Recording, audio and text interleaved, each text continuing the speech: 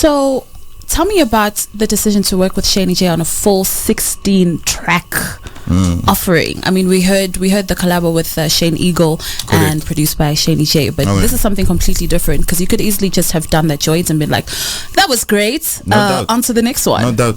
So in 2020, before the pandemic, the world came to an end, I was planning to release a White Gen compilation album. Okay. Where I was going to basically just have it a mix of various Cape Town artists. So from your vocalists to your rappers to DJs, you know, whatever the case. And we're like, I wanted to do kind of like a Puff Daddy and the Bad Boy Family compilation. Nice, that was actually my idea. That's where I took it from.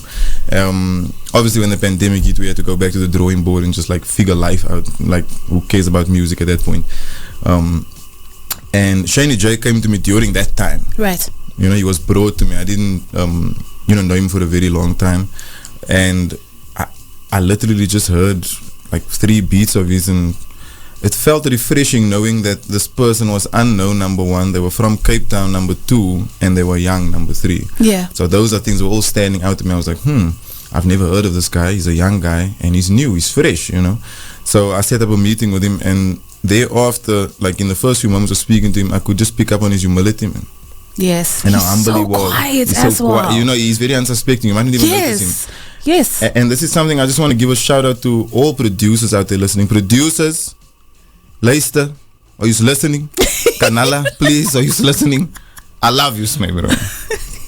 I love you. I love your behavior. I love your character. I love your personality. Just because I can see that you're so purely in it for the creation of the art and nothing else. Right. Eventually, yes, the success will come and we'll see how that tests you.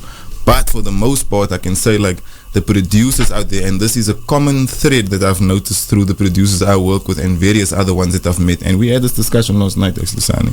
We were saying like these guys have this very like they're like introverted personalities, man. Yes. Where they don't want to be in the spotlight and they don't want to stand on the stage and they don't want to like get props for their work. And it's crazy because at the moment, like I'll say in the last few years of hip hop, it's the producers that have actually outshined the rappers. Yeah. This is one of the first times like it has consecutively been proven. Like 2019, okay, it's just before COVID, but I will still say like the rappers weren't really rapping. Even in 2019, you know, they were still giving like this mediocre, this average kind of, I'll just, rap a song with 50 words in it and that's enough.